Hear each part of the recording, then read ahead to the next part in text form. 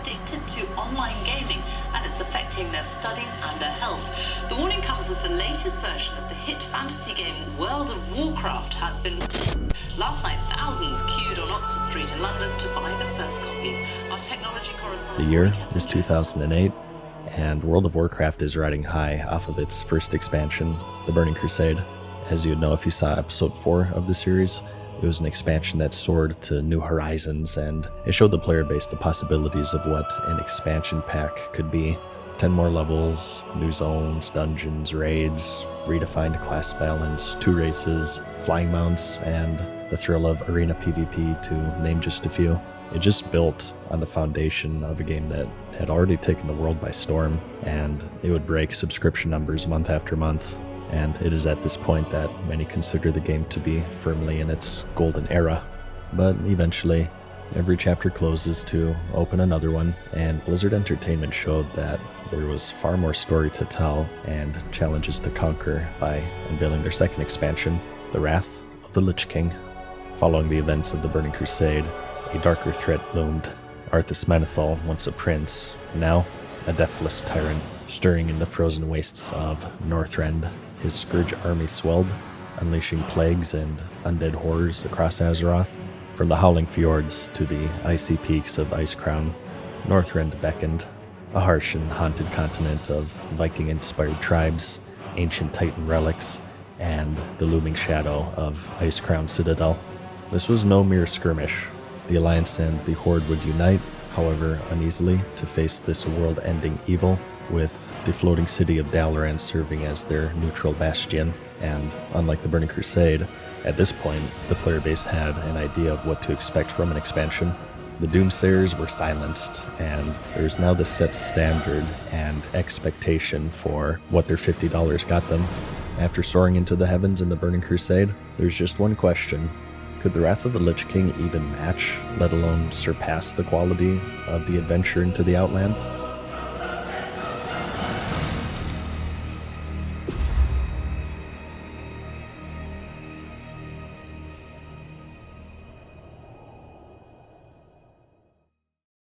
But first, a word from our sponsor, AG1.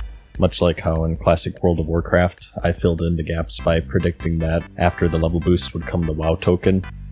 Told you so, by the way. AG1 is a daily supplement that fills the nutritional gaps in your diet. The next-gen formula is backed by years of research and 4 clinical trials, and delivers a powerful blend of prebiotics, probiotics, superfoods, and functional mushrooms to support your gut health and boost your immune system, in case you ever decide to leave your basement. Aside from complaining about retail World of Warcraft, it's my go-to daily quest. You just mix it, drink it, and that's it. I've been taking it first thing in the morning, and after a few weeks I've noticed better digestion and a solid energy boost, despite the monotone demeanor. Plus, they also offer these travel packs if you're on the go. You can grab it from their website using my link in the description and pinned comment for just under $3 a day, and you'll also get $76 in free extras, including 5 travel packs, a shaker, a metal canister, and a bottle of vitamin D3 and K2. If that interests you, you can check it out via the link in the description or scan the QR code to get started.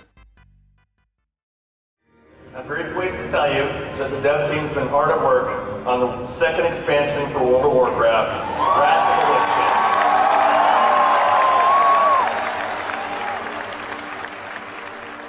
King. On August 3rd, 2007, at BlizzCon, the announcement was made. The next expansion was The Wrath of the Lich King. Of course, at this point in time, Warcraft 3 and its expansion, The Frozen Throne, hit store shelves and quickly became one of the fast-selling PC games of all time, even breaking their own record set by Diablo 2. In the events of The Frozen Throne, players learned of the story of Prince Arthas Menethil, where, driven by a quest for vengeance, takes up the cursed blade, Frostmourne, eventually leading him down the path to becoming the new Lich King, who is the ruler of all undead in Azeroth.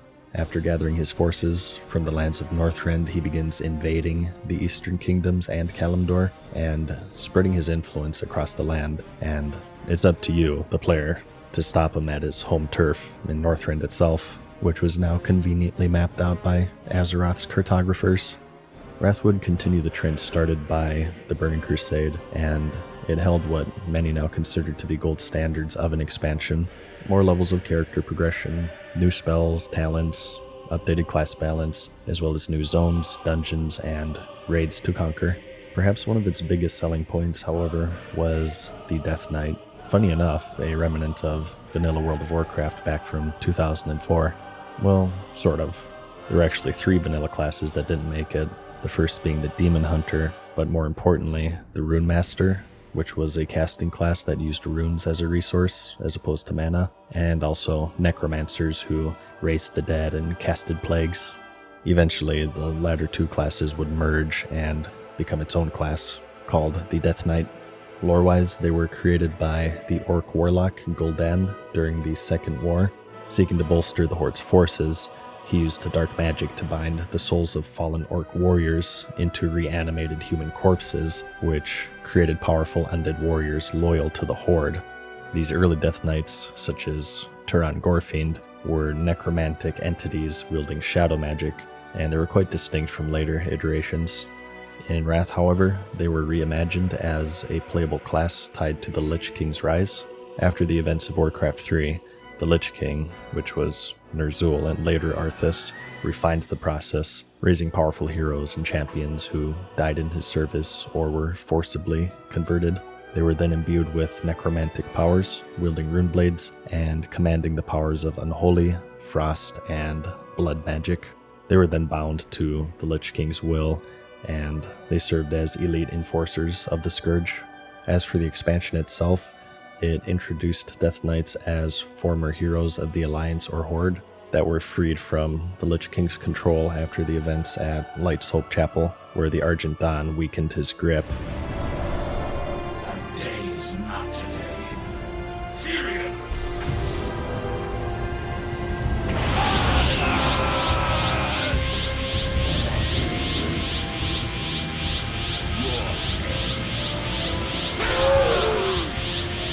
Led by Darian Mograine, these Death Knights formed the Knights of the Ebon Blade, which sought redemption and vengeance.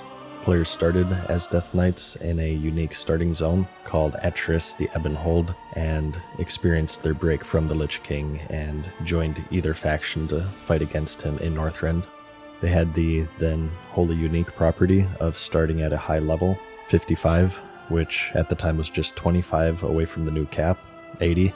Because of this, there may have been plans at some point that in order to create one, a player would actually have to sacrifice another character with a minimum level of 55, but this was either a rumor or it just ended up being scrapped, and the only restriction ended up being that you could only make one per server.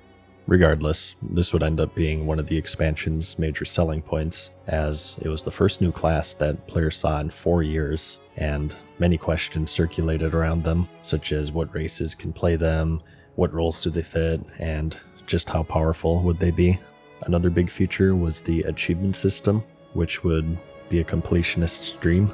Of course, just with any MMO, there are many things to do. There are dungeons to run, raids to complete, professions to level, gold to earn, players to kill, but with all of them, what you would have to show for it usually were just some memories and some loot. In Wrath, however, this changed, as it was when Blizzard added this new form of character progression where the game would now track and publicly record what were called achievements. They varied quite wildly in every stretch of the game, such as dungeons, raids, PvP, economy, reputations, pretty much everything, even silly random side activities that no one would do aside for the sake of the achievement itself. As a reward for each achievement, the player would receive a certain amount of points, and in some cases even rare cosmetic rewards such as pets, mounts, and even titles. Some people find it surprising today that siege vehicles were a highly touted feature. Siege weapons.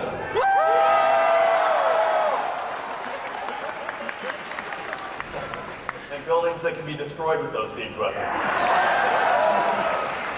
These would be vehicles that players would control to wreak havoc, giving them powerful abilities, and they primarily appeared in various quests throughout Northrend, but also in some more pivotal activities such as the second raid tier, Ulduar, and also the new PvP zone, Wintergrasp. As useful as flying was in the Burning Crusade, One of its undeniable downsides was that it hurt world PvP. They tried to dampen this by adding some side PvP objectives in many of the zones, Hala and Nagrand probably being the most major that people remember, but when players can simply zoom away at a 300% speed flying mount, it's much harder to get a natural and organic war started like the classic Terran Mill vs South Shore battles from Vanilla WoW. So Wintergrasp was an attempt to rectify this. It was essentially this whole dedicated zone where everyone is flagged for PvP, flying is disabled, and throughout the day the battlefield would become active and the two sides would fight for control of the Wintergrasp Keep, which gave access to vendors, items, and even an entire raid. The winner of the battle would be the defender on the next stage, and the loser the attacker, and they would have to use siege vehicles to attack and defend the keep within a certain amount of time in this attempt to reinvigorate world PvP back into the game. These siege vehicles would also see use in two completely new battlegrounds, the Strand of the Ancients and the Isle of Conquest, where with the former, similarly, the two factions would take turns attacking and defending a keep through the use of catapults and turrets and good old-fashioned ground combat. Whichever 15-man side that captured it in the fastest amount of time was the winner, and as for the Isle, this was a larger 40 vs 40 battleground that similarly had a focus on siege vehicles and breaking through gates to rush a keep, although in this one both teams would be both attacking and defending at the same time. Just as how the Burning Crusade released the new jewel crafting profession, Wrath had Inscription, which could make stat-boosting scrolls, vellums for enchanters to turn into consumable enchants, and most importantly, they could also make glyphs, which were another new feature. This was something that was akin to the talent tree system, where players could add another layer of customization by placing both minor and major glyphs on their character that altered their abilities in various ways. For example, hunters could get one that reduced the cooldown of their aimed shot, or increased the duration of their serpent sting as major glyphs, or Mend Pet increases pet happiness as a minor quality of life glyph in this attempt to add more agency in build customization. And last but certainly not least, raids actually underwent a significant evolution with the introduction of another raid size, 10-man. Initially, World of Warcraft of course launched with the quite ambitious 40-man size, which certainly delivered an epic experience as players teamed up with 39 others worldwide to tackle colossal bosses. But as you would know if you saw the Burning Crusade episode, this size posed challenges, including but not limited to complex raid compositions and design constraints. Creating environments large enough for 40 players and a boss proved quite difficult, and sometimes even leading to entire raid cancellations. Consequently, the Burning Crusade reduced the standard raid size to 25. This 15-player reduction was well received for its convenience, which prompted Blizzard to offer an even smaller 10-man option in Wrath. This flexibility was certainly welcomed, but there was one string attached, and that's the fact that they yielded scaled-down loot, as Blizzard aimed to keep 25-man raids as the primary focus of the raiding scene. So there was still some reluctance clearly in rewarding the best loot for such a downsized activity.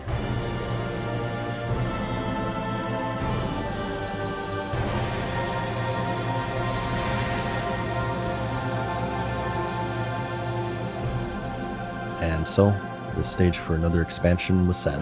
Most of this news came during the Burning Crusade, of course, so players not only had their hands full, but they also had a plethora of new and exciting content to look forward to.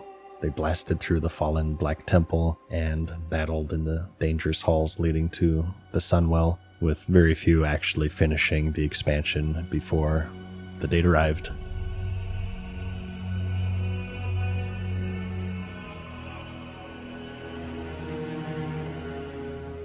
November 13th, 2008, the release of World of Warcraft's second expansion, The Wrath of the Lich King. This was still the era of physical media, which I always like to mention. Today with digital downloads, it's as simple as sitting at your computer and clicking a button. But back then, if you wanted to be one of the first to explore the new zones, you had to wait in line at Best Buy or whatever retailer that you preferred and sit with a bunch of unbathed nerds in eager anticipation of this worldwide cultural phenomenon. It really harkens back to the old days of Blizzard with this huge sense of community and really just this celebration of this combined love and addiction. So you'd pick up a copy, your social energy completely spent for the day, rush home and install it. But today, computers aren't even typically sold with disk drives anymore. Just another relic of a bygone era. And so, the boats and zeppelins leading to Northrend officially launched, and the player began their campaign into the Lich King's doorstep. Something unique with the expansion that was noticed immediately was that, for the first time, players could choose between two starting zones, whereas the Burning Crusade followed this more linear style of progression with the Hellfire Peninsula, and then Zangarmarsh, Terakar, and so on. Both of these starting zones, the Borean Tundra and the Howling Fjord, led to their own follow-up zones, which had several advantages. The first being simply splitting the massive player base up. As exciting expansion launches are, an annoyance, especially back in the day, is that there's maximum competition for quest NPCs, and players often find themselves sitting around racing to tag critical spawns in time. While this still definitely happened in Wrath, it was dampened a bit by the player base essentially being split in half between these two starter zones. It also had the advantage of adding replayability. By this time in the game's life, many people had alternate characters that they would play on the side, so where they first maybe went through the Borean Tundra, on their alt they could do the Howling Fjord instead, which led into the Grizzly Hills, offering a completely unique experience between its unique quests and dungeons. If you did manage to see the Burning Crusade episode, you may remember that I mentioned that Wrath is when they really started to focus on the story element of the MMORPG genre. While I'd say that this started to ramp up in the Burning Crusade, with its large focus on major lore characters like Illidan Stormrage and Kael'thas Sunstrider, this is really when they kicked it into maximum overdrive with its focus on the new Lich King, Arthas Menethil. He was made the primary focus from the beginning to the end, and he was referenced in quests. He made appearances at the end of major quest chains or dungeons, and although I won't go over his full story, I'll leave that to the professionals like Nobble. I did want to briefly cover Arthas' arc because it is so important to the identity of the expansion. So this episode will have a little bit of extra lore here. So, Arthas Menethil, born the heir to the throne of Lordaeron, grew up in a golden age of peace under his father, King Tyrannus Menethil. Trained as a warrior and paladin of the Silver Hand under the legendary Uther the Lightbringer, Arthas embodied courage and devotion with his heart set on protecting his people. His charm and resolve won the affection of Jaina Proudmoore, a gifted mage, and as a young man, Arthas carried the weight of his kingdom's future, and his life was steeped heavily in duty and promise. But, as always, darkness loomed over Lordaeron. A mysterious plague began to spread, turning villagers into mindless undead, and Arthas, tasked with defending his homeland, discovered the plague's origin. It was orchestrated by the Scourge, the undead army controlled by the Lich King, who at the time was Ner'zhul. Investigating the outbreak, Arthas confronted the necromancer Kel'Thuzad, slaying him, but in the process he learned of a dreadlord named Mal'Ganis, who was the one that orchestrated the Scourge's advance. His pursuit of justice led him to the city of Stratholme, where the infected populace was on the verge of turning. In a fateful decision, Arthas ordered the city to be purged, slaughtering its citizens to halt the plague spread. What? How can you even consider that? There's got to be some other way. Jaina and Uther, horrified by the act, abandoned him, leaving Arthas isolated and his moral compass beginning to falter. Driven by pure vengeance now, Arthas chased Mal'Ganis to the frozen wastes of Northrend, and it was there he encountered the cursed blade Frostmourne, its icy whispers promising the power to defeat his enemy. Ignoring the warnings of its soul-stealing curse, Arthas claimed the blade, and its dark power consumed him. He ended up vanquishing Mal'Ganis, but at a terrible cost. Frostmourne had bound his soul to the Lich King, and he returned to Lordaeron as a Death Knight, murdering his father and plunging his kingdom into chaos. He then resurrected Kel'Thuzad as a Lich, and he led the Scourge in a rampage, destroying the elven kingdom of Quel'Thalas and corrupting the Sunwell they were protecting. As the Lich King's champion, he waged war against the living, but the Lich King's power waned when Illidan's Stormrage attacked the Frozen Throne in Northrend.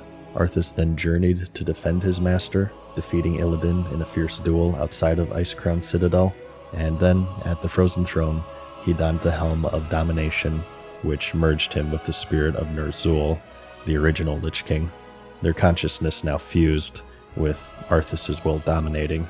He became the new Lich King, a tyrant enthroned in ice, and commanding the Scourge from Icecrown Citadel. Which brings us to the events of the Wrath of the Lich King, where he finally unleashed the Scourge upon Azeroth. He attacked cities directly, raised monstrous lieutenants like the dragon Sindragosa, and forged new Death Knights to serve his will. Yet, a flicker of his humanity remained, restraining the Scourge's full devastation. Today, in the current expansions, the story is such a huge focus of the game. All of the plot lines are intertwined with some form of main quest. There exists external lore books, as well as a plethora of in-game cutscenes, the first of which was encountered in none other than Wrath, with the Wrathgate, where Bolvar Fordragon and some orc doucher who cares about his name have a brief encounter with the Lich King himself. Take the lead! For Morderon! For the Alliance!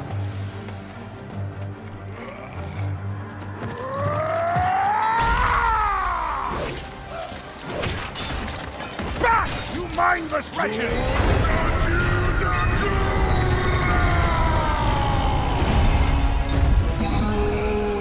Fight on, brothers!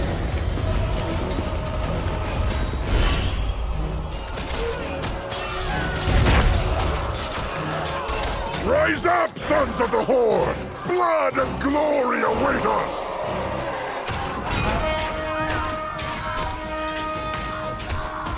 Luntargar! For the Horde! I was wondering if you'd show up. I couldn't let the Alliance have all the fun today.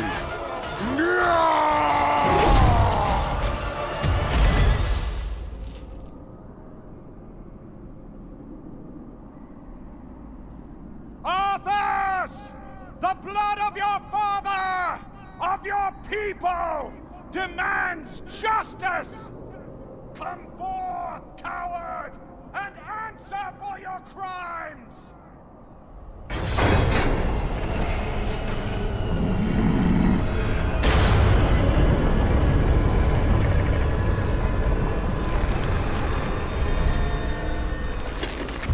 You speak of justice, of cowardice. I will show you the justice of the grave and the true meaning of fear. Enough talk! Let it be finished!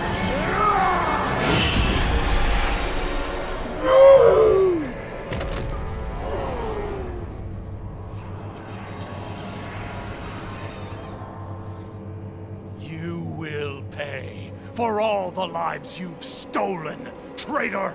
Boldly stated, but there is nothing you can... What?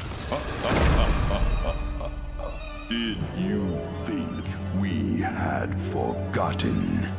Did you think we had forgiven?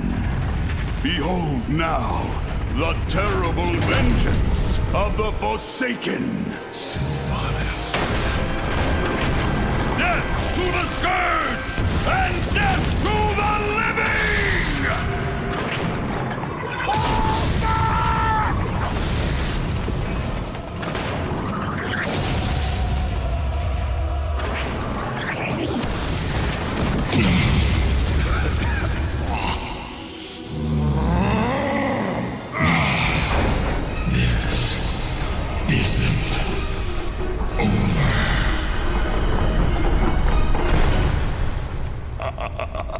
Now, all can see. This is the hour of the Forsaken. We're finished. No escape for any of us.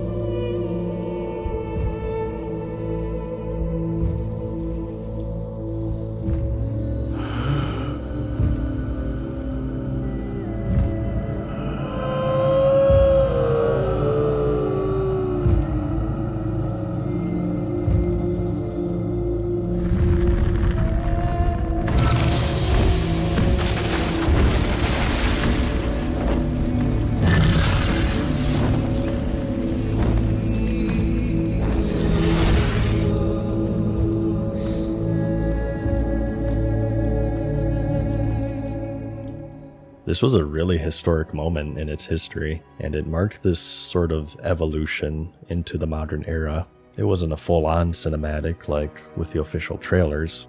It was more of the then very popular machinima style, where it used in-game models and animations for the most part.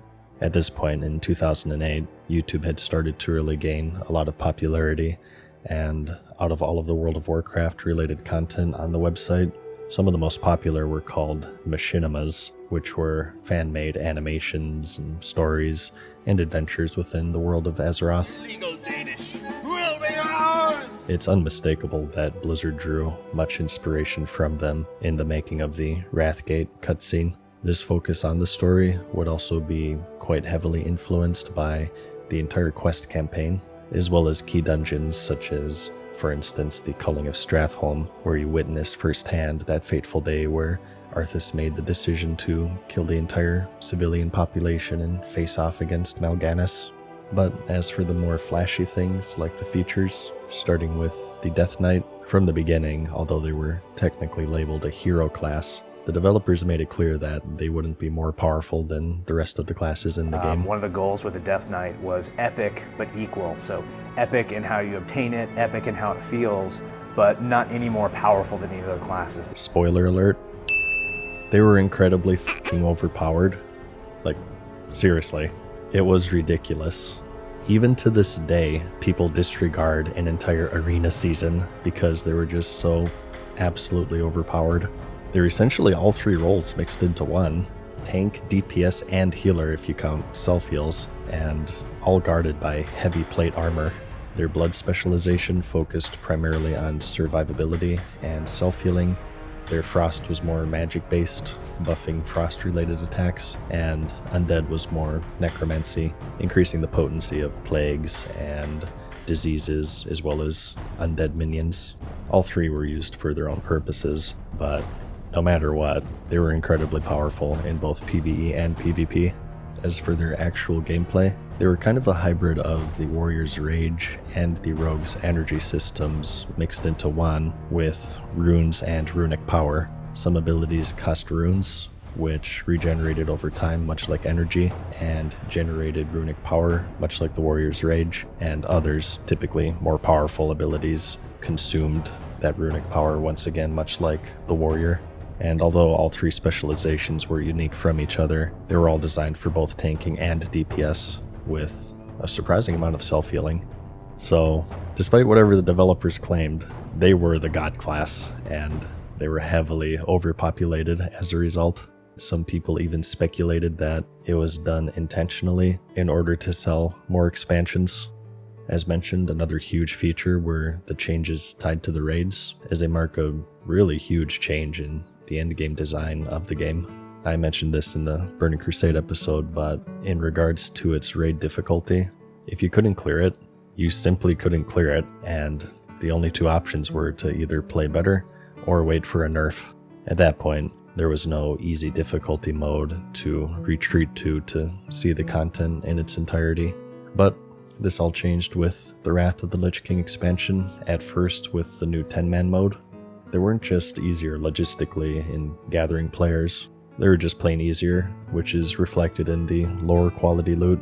And even then, compared to the extreme difficulty of the Burning Crusade raiding scene, 25-man mode was also made to be more accessible. The expansion actually started off with a re-release, Nextramus, which was the final raid tier for vanilla World of Warcraft. The reasoning for this was that since so few players ended up seeing it in vanilla, it was pretty much a new raid for 99% of the player base. The only difference being bosses were of course upscaled to level 80, and some mechanics changed and were added here and there. The raid itself was mostly the same as its original release, except for one thing, its difficulty, which was far easier. It was clear, between the difficulty level and logistics, Blizzard wanted raiding to be more accessible, but at the same time, they also didn't want to forget the more hardcore players, and they sought to rectify this by adding the first version of hard modes to the game with the second raid tier, Ulduar, where many of the fights had these optional challenges to complete that intensified both their difficulty and the quality of loot. Again, trying to serve both hardcore and casual players and providing a viable option for both. Although this was quite well received, they would eventually settle on what would become standard for the game for the next decade, and that's heroic mode with their next raid tier, the Trial of the Crusader, where for both sizes, players could set the difficulty to the much more intense heroic mode, where bosses have more health, they deal more damage, and sometimes even have added mechanics to deal with. The challenge was back, full force, back to the Burning Crusade levels, I would say, but it was now a toggled option instead of the only option. They would of course eventually take this even further with the LFR mode, later introduced in the next expansion, the Cataclysm, but it was indeed Wrath is where they started pursuing this philosophy of making raiding much more accessible for the more casual players. As for the dungeons, they were as well designed as ever. From the Viking halls of the Utgard Pinnacle to the lost Titan vaults of the Halls of Stone, or the time-traveling Culling of Strathholm, there was as much variety as ever.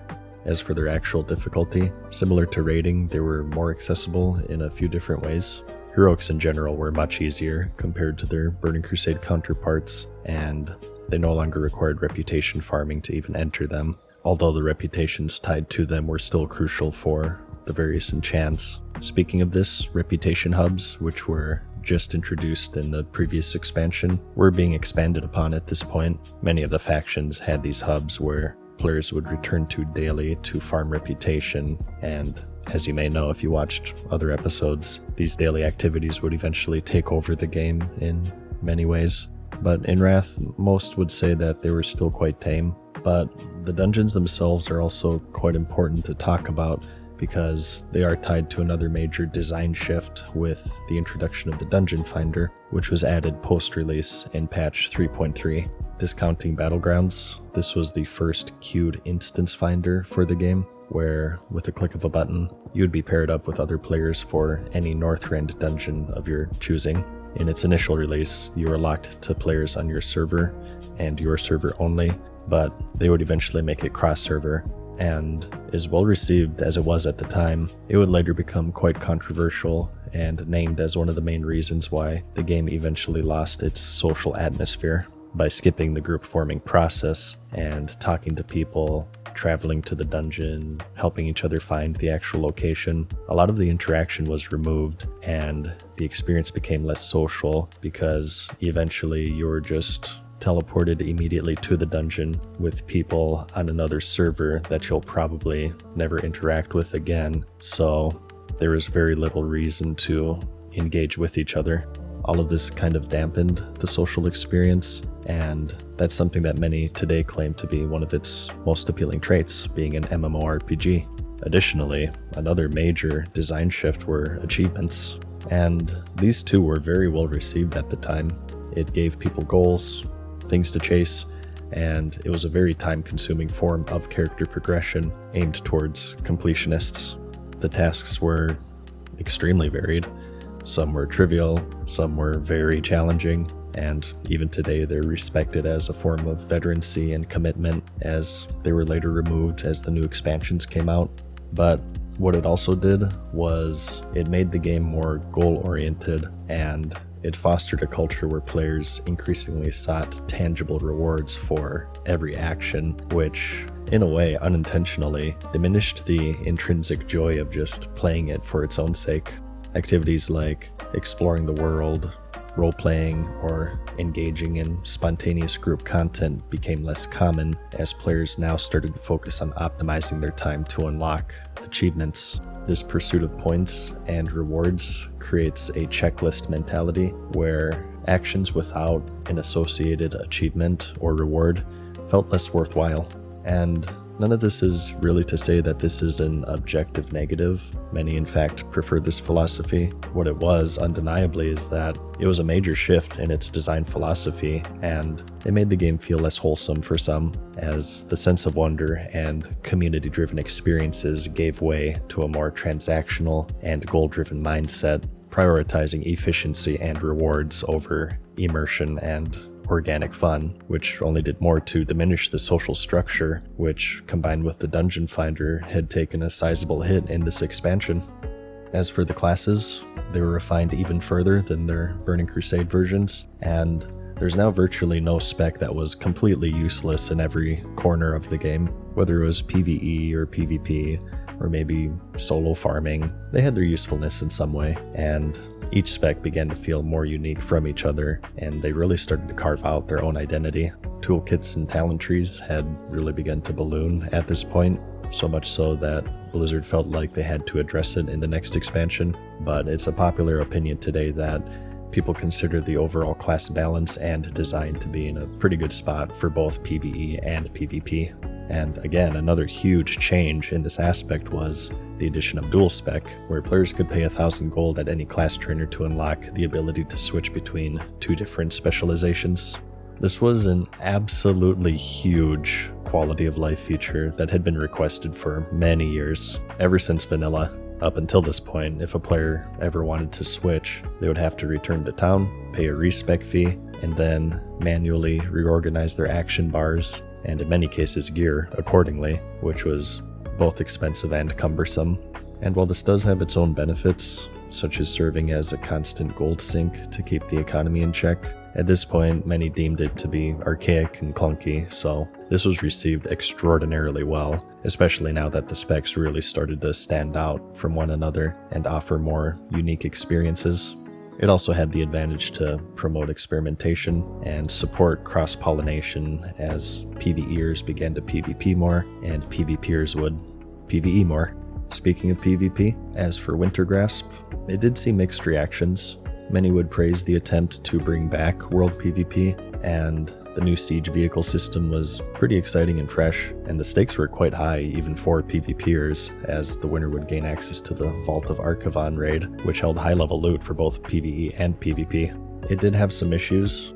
Since the stakes were so high, there had to be some enforcement of balance so that one side wouldn't just heavily outnumber the other, meaning that in order to even enter the zone while a battle was active, you would have to enter a queue. So this, combined with the fact that it was also objective-based, to many it felt like World PvP in name only, as it lacked that complete, unadulterated freedom that was core to the activity. Essentially, it was a battleground out in the world. Also, even with forced balancing, some servers were still so unbalanced that it was virtually impossible for one faction to win, which meant that they would be locked out of raid content, which definitely didn't sit well, especially considering that this was also the era of the cash shop where you could buy a number of services, including a paid faction change, funny enough. Although the game was at the height of its popularity, it did come with some troubling news, as this was when Activision had acquired Blizzard's parent company, Vivendi.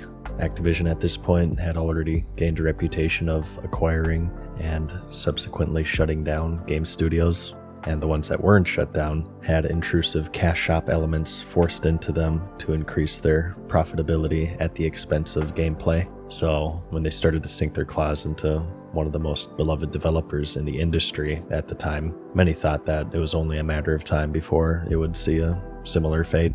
Appropriately, the expansion ended with a final encounter with the Lich King atop the Ice-Crowned Citadel in one of Blizzard's most complex and impressive fights to date.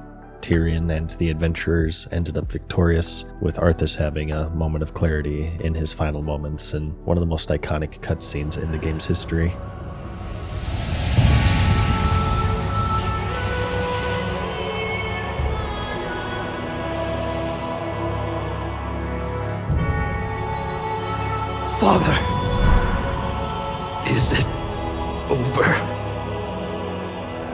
long last.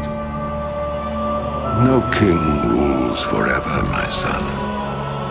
I see only darkness before me.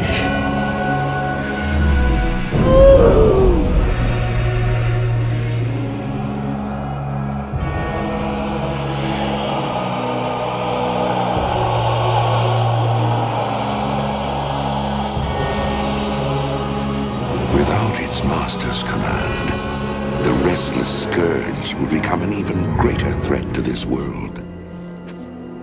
Control must be maintained. There must always be a Lich King.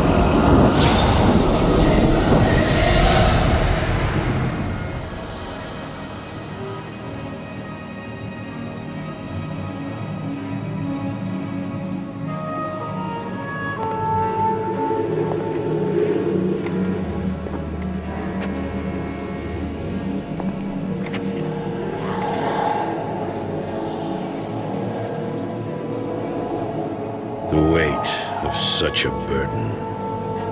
It must be mine, for there is no other. Tyrion! You hold a grim destiny in your hands, brother.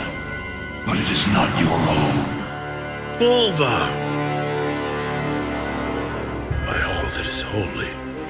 The dragon's flame sealed my fate. The world of the living can no longer comfort me.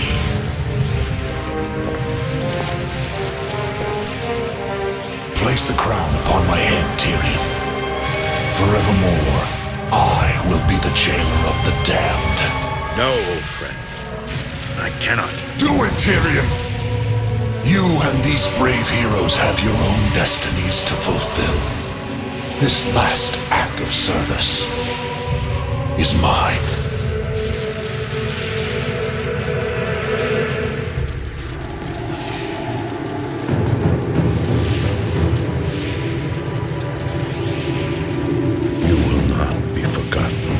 I must be forgotten, Tyrion. If the world is to live free from the tyranny of fear, they must never know what was done here today.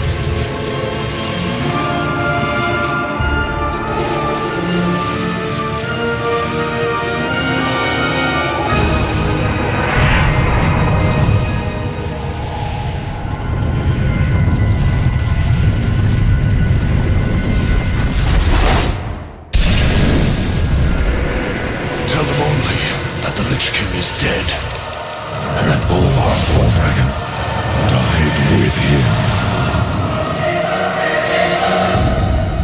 Now go, leave this place, and never return. And so, a new Lich King is born. The threat halted for now, as the adventurers turn to a new threat looming back home in the Eastern Kingdoms and Kalimdor. In the end, Wrath was a great expansion, and for many, its shortcomings were vastly overshadowed by its many strengths, and this is reflected by its subscription numbers. It's where the game hit its peak player count at 12 million. There's a reason why it's so often regarded as one of the most beloved expansions in the game's history, and it's largely due to its compelling narrative, refined gameplay, and its broad appeal to both casual and hardcore players. The story of Arthas Menethil, whose tragic arc from the fallen prince to a malevolent overlord resonated deeply with fans of the Warcraft lore. The Northrend continent, with its hauntingly beautiful zones, provided a visually stunning and immersive backdrop that enhanced that storytelling, and it was all supported by a soundtrack that was appropriate and memorable. The raiding experience, its flexible difficulty and size, and memorable environments like Naxxramas, Ulduar, and Icecrown Citadel go down today as particularly well done. Ulduar especially is often cited as the pinnacle of raid design due to its creative mechanics and immersive lore. The introduction of Death Knights, despite being completely overpowered, added a fresh and edgy playstyle, and it appealed to players eager for something new. And lastly, its additional features like the achievement system kept players engaged outside of raids, while its quality of life improvements such as dual spec or the dungeon finder made it more accessible as a whole. From its launch to its conclusion, Wrath was a story of finding the right balance between accessibility and challenge, and appealing to a wide audience during its peak popularity, and it's quite easy to recognize why many thought that World of Warcraft's second expansion, The Wrath of the Lich King, was great.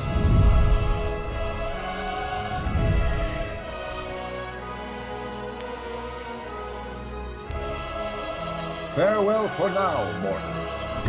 We hope you enjoyed today's video. See you again soon.